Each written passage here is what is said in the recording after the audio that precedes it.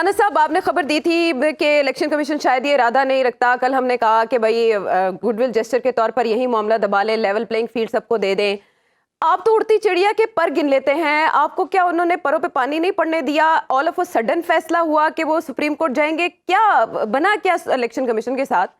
मैं आपको सवाल में ये ऐड कर दूं कि क्या 13 तक ये बल्ले का मामला निमट जाएगा? अगर ना निमटा तो क्या हुआ, कह दीजिए। अच्छा देखिए जी, पहली बात तो ये है कि एक जिसको अभी भी रेफर कर रही थी ब्रेक पे जाने से पहले, हाँ। कि मैंने कहा था जनाब के बल्ले का निशान मिल जाएगा, वो रेफरेंस आपको देना चाहिए प्रिसाइसली, और मैंने भी प्रिसाइसली दिया था। पेशावर हाई कोर्ट की बात की थी। अब पेशावर हाई कोर्ट अगर लिख दे अपने फैसले में, जबकि अभी तफसीली फैसला आना है, लेकिन जो मुख्तसर जो फैसला जो सामने अंडरस्टैंडिंग है between election commission and the Peshawar high court, वो उसमें अगर वो लफ्ज यूज कर दे कि पेशावर हाई कोर्ट अगर का, कि अगर इंट्रा पार्टी इलेक्शन जो है इलेक्शन कमीशन समझती है कि जनाब ऐसे हुए तो वैसे हुए, तो फिर जनाब उसको बल्ले का निशान दे दें। और अगर का वर्ड यूज करेगी तो उसमें मेरा कसूर नहीं है, ना किसी और का कसूर है, वो पेशावर हाई कोर्ट का कसूर है। लेकिन जो फैसला दे दिया उन्होंने मुख्तर, वो अलग था।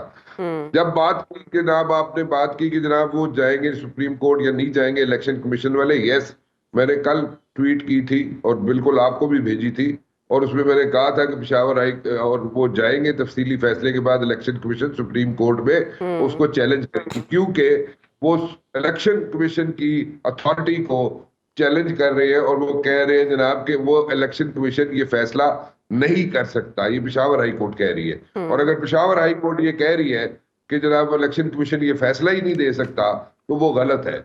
ठीक है जी। तो वो उसके तफसीली फैसले का वो इंतजार कर रहे थे, और उसके बाद मैंने परसों, कल या परसों लिख दिया था कि जनाब वो जाएंगे सुप्रीम कोर्ट, इसको चैलेंज करेंगे क्योंकि हवाओं का रुख बदल रहा है। नाउ द इशू इज कि आगे जाके क्या होगा। आगे जाके बिल्कुल ऐसा ही होगा कि जनाब प्रिडिक्शन जो है वो करनी पड़ती है हम लोगों को, एनालाइज भी हम करते हैं जब चीजों को, तो हम प्रिडिक्ट भी करते हैं। This is part of journalism. तो भाई राना साहब, हमने तो सिर्फ हल्की फुल्की छेड़खानी की आपके साथ, आप उसे देखिए राना साहब, आप हमारे पैनल का हुस्न है, आप ऐसे नहीं कर सकते। देखिए, जब तक आपको उकसाए ना, आप खबर नहीं देते।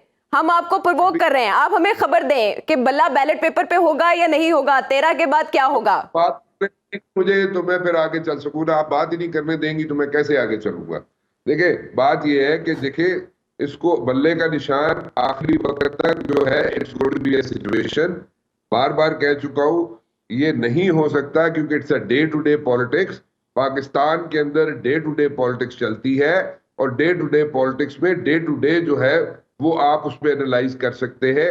It's a tricky situation, it's a slippery field Pakistan की। बल्ले का निशान जो है उसके चांसेस मिलना पीटीआई को, it's going to be, there are very bleak chances कि बल्ले का निशान मिले। ठीक है, सिचुएशन चेंज होती रहती है, मैं फिर रिपीट कर रहा हूं, क्योंकि डे टू डे पॉलिटिक्स है, डे टू डे सिनेरियो है। लेकिन फिलहाल एज ऑफ नाउ टुडे की अगर बात करूं, आज की बात करूं, तो it's there are very bleak chances कि बल्ले का निशान मिले। मैं सजेशन दी थी कल कि उस पे पुश ना करें, उसको देने दे बल्ले का निशान अगर मिलता है पीटीआई को। क्या काजी फायज ईसा इस सिचुएशन में मजीद मजबूत हुए हैं, होंगे? और डिफरेंट पॉलिटिकल पार्टीज इस सिचुएशन को कैसे देखेंगे, क्या रिएक्ट करेंगे इस पर? पॉलिटिकल पार्टीज की तरफ पहले चले चलते हैं जी, कि पॉलिटिकल पार्टीज जो है, देखिए उनके अंदर भी कुछ जजेस ऐसे हैं सुप्रीम कोर्ट के अंदर जहां पे पॉलिटिकल पार्टीज को इतराज था, और मुख्तलिफ जजों पे इतराज था। मैं किसी एक को सिंगल आउट इस वक्त नहीं करूंगा, क्योंकि इस वक्त सिचुएशन ऐसी है कि इट डजंट लुक नाइस कि अगर कोई लोग छोड़ के जा रहे हैं, रिजाइन कर रहे हैं, तो वी शुड बी सेइंग कि जी इसके साथ इसको इतराज था, इस बंदे के साथ, इस जज के साथ फलां पार्टी को इतराज था। So I will not go by names. In sheer respect, I would say that, in sheer respect of the Supreme Court of Pakistan.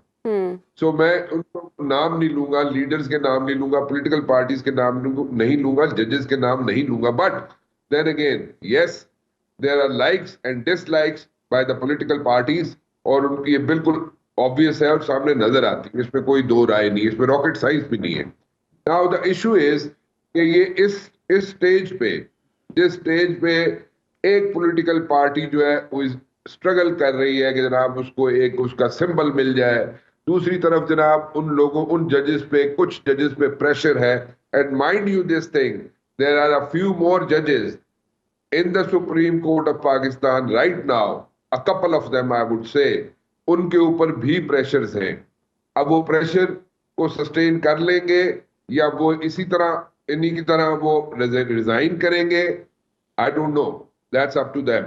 But then again एक दो जजेस इस वक्त भी मौजूद हैं जिनके ऊपर बहुत प्रेशर्स हैं, and they will have to take a decision, they want to stick to the supreme court और they want to like quit. But the point is कि इससे जिस तरीके से ये चल रहा है सारा सिलसिला, उसमें जो अवाम है, मासेस जो है, उनका कॉन्फिडेंस जो है उसको बहाल करना बहुत जरूरी है। First of all judicial reforms बहुत जरूरी थे जो आज तक नहीं हुए। अगर जुडिशियल रिफॉर्म्स आते और जो जहां तक ये सुप्रीम कोर्ट तक जजेस पहुंचते हैं उनका एक तरीकाकार एक बड़ा फिल्टर करके होता, तो आज मेरे ख्याल में सिचुएशन डिफरेंट होती। बट किसी ने ऐसा करने की कोशिश नहीं की, अपनी लाइक्स और डिसलाइक्स को ज्यादा प्रायोरिटी दी और फिर जाके जनाब उन्होंने अपने हैंड पिक्ड लोग जो है, चाहे वो कोई भी कोर्ट्स में हो, उनको लगाने की कोशिश की और किसी हद तक कामयाब भी हुए। नाउ ये सारी सिचुएशन को अगर हम सामने रखें तो हमारे लिए मुल्क ज्यादा अजीज है। कॉन्फिडेंस जो अवाम का है, if justice is delayed that mean justice is denied. और इतनी कंट्रोवर्सीज अगर सबसे बड़ी कोर्ट में होनी शुरू हो जाएंगी तो मजीद जो है जो लोग जो है उनका कॉन्फिडेंस शैटर होना शुरू हो जाएगा। बट देन अगेन होता है, रिजाइन आते हैं, रिजाइन देते हैं लोग चले भी जाते हैं, लेकिन प्रिसेप्शन मेरे ख्याल में ठीक करने की जरूरत है, जजेस को भी, लोअर कोर्ट्स के जजेस को भी, हाई कोर्ट्स को भी और सुप्रीम कोर्ट को भी।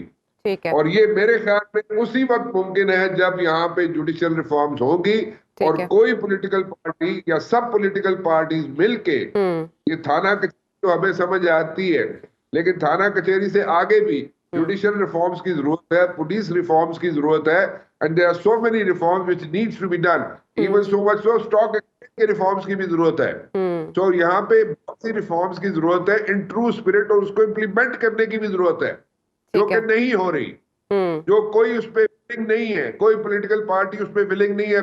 और फिर आज भी इस दौर में भी हैंड पिक्ड लोग जो है वो चाहिए सबको, सब पॉलिटिकल पार्टीज को चाहिए, और वो उस पे they are happy with it. Nobody is looking at the future of this country, कोई इस पे फ्यूचर की तरफ नहीं देख रहा कि रिफॉर्म ले आए, फ्यूचर बन जाए इसका, वो उस तरफ कोई नहीं देख रहा, ना देखना चाहता है। ठीक है।